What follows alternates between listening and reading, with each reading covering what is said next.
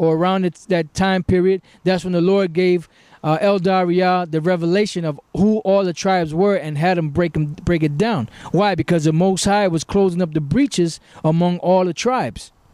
So is that more? A little more. Right, and it says, the 14th verse, for he is our peace who hath made both one and hath broken down the middle wall of partition between us, meaning between Israel and the Most High, right, to bring us together back to him through Yahushua being the mediator.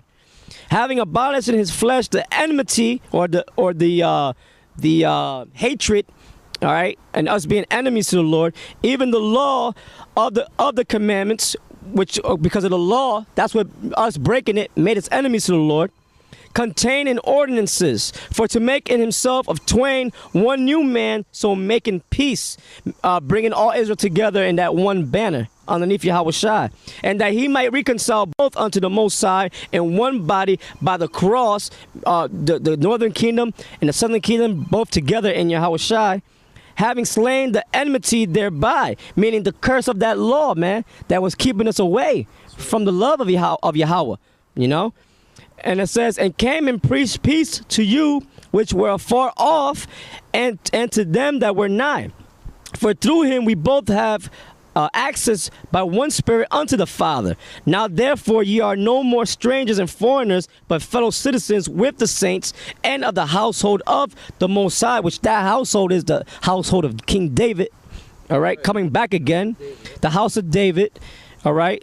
And it says, and are built upon the foundation of the apostles and prophets, Yahushua himself being the chief cornerstone, in whom all the building fitly framed together groweth unto an holy temple in the Lord, in whom ye also are builded together for an habitation of the Most High, Yahweh B'Hashem Yahushua through the Spirit. All right, so let's read on, brother.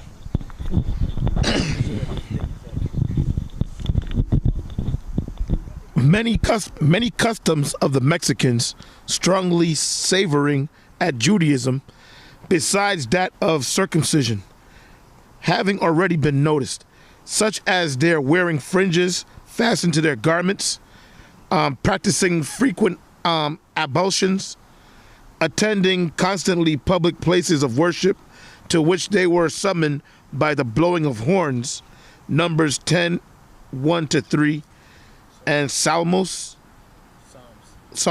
all right, 81 and 3-5. 81, 3-5.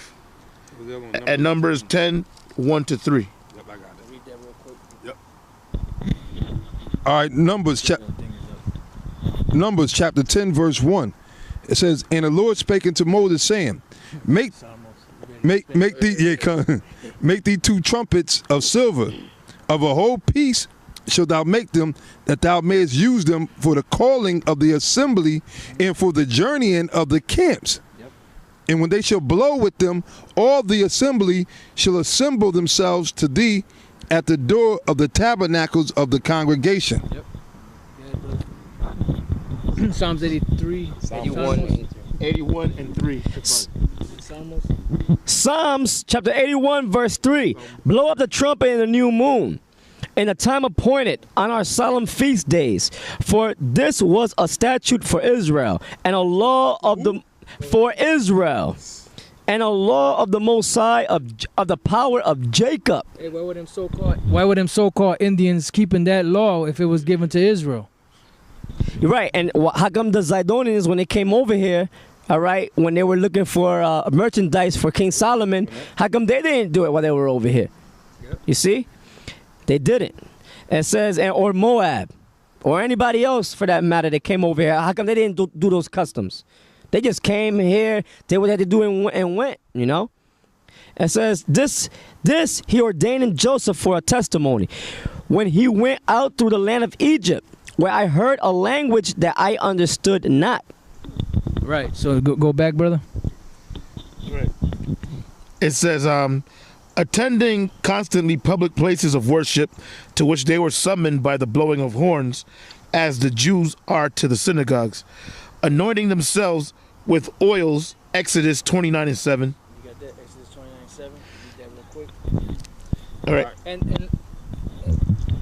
And this basically, these are just a lot of similarities of the things that the so-called Indians were keeping with what's written in the scriptures to prove that they are Israelites. They wasn't just keeping it because it was a similar. Matter of fact, give Romans, was that 2 and 14? 14. Exodus chapter 29, verse 7.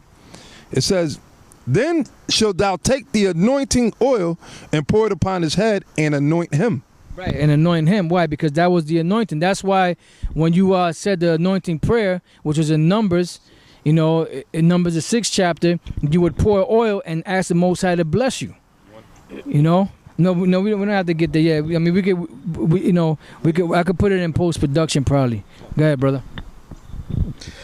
It says, anointing themselves with oils, addressing each other with the appellation of brother and sister.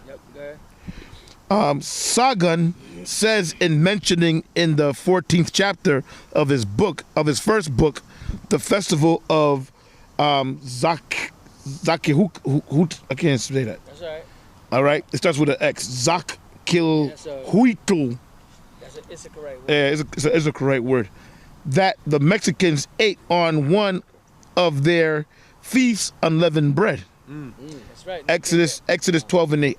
Exodus 12 and 8. So this is basically more proof of that. Matter of fact, read that real quick, brother, in Romans. Romans chapter 2 verse 14. For when the Gentiles, which have not the law, do by nature the things contained in the law, these having not the law are a law unto themselves. Right, because they didn't have the actual law here when they came over here. So it was a law unto themselves. Why? Because it was already in their spirit to do it. So they were called what? The Gentiles. Why? Because they were Israelites. See, when Paul was speaking to the Gentiles, when Yahushua told him to go to the Gentiles, he already knew who he was going to. They was going to Israelites that was in a Gentile state of mind. It wasn't a thing of, or they got a question, okay, they're going to go in the midst of these people, and they're, all right, well, there goes Greeks over there, the real Greeks, and there goes this nation over there. Who should I go to? I don't know. They already knew who to go to. Exodus chapter 12 verse 8. Verse 8. I'm sorry, because these people already was keeping the customs and laws that was in the Bible. Go ahead. Right, Exodus 12 and 8. And they shall eat the flesh in that night, roast with fire, and unleavened bread, and with bitter herbs they shall eat it. Right, that's how you're supposed to eat the Passover, not with feasting and jumping around and rapping, you know, like Nate and his boys be doing, you know, with women with backless dresses, you know, yeah, like it's a fashion show, you know. When they sang back then, they were singing songs of joy, you know, because there was certain, you know, the Lord had delivered them for certain situations. Right. But that's another lesson. But let's get one more, brother. A curious parallel of the Jewish and Indian moral laws may be found in that chapter of the third book of Garcia's Origin of the Indians, which he has entitled Como los Indios Guardaron, which is they kept. Los Preceptos del Decálogo. Right. Which means how they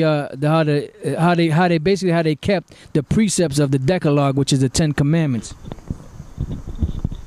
Right, because the word deca means 10. Yep. For you people don't know that. All right.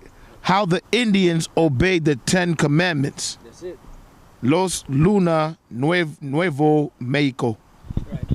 And there's a actual stone in Los Lunas, New Mexico. Not Mexico, it's New Mexico, where they have the actual 10 Commandments written in the Lashwan Kodash carved out on a stone. You know, which they put there, the Israelites, the so-called Indians that were there. Go ahead.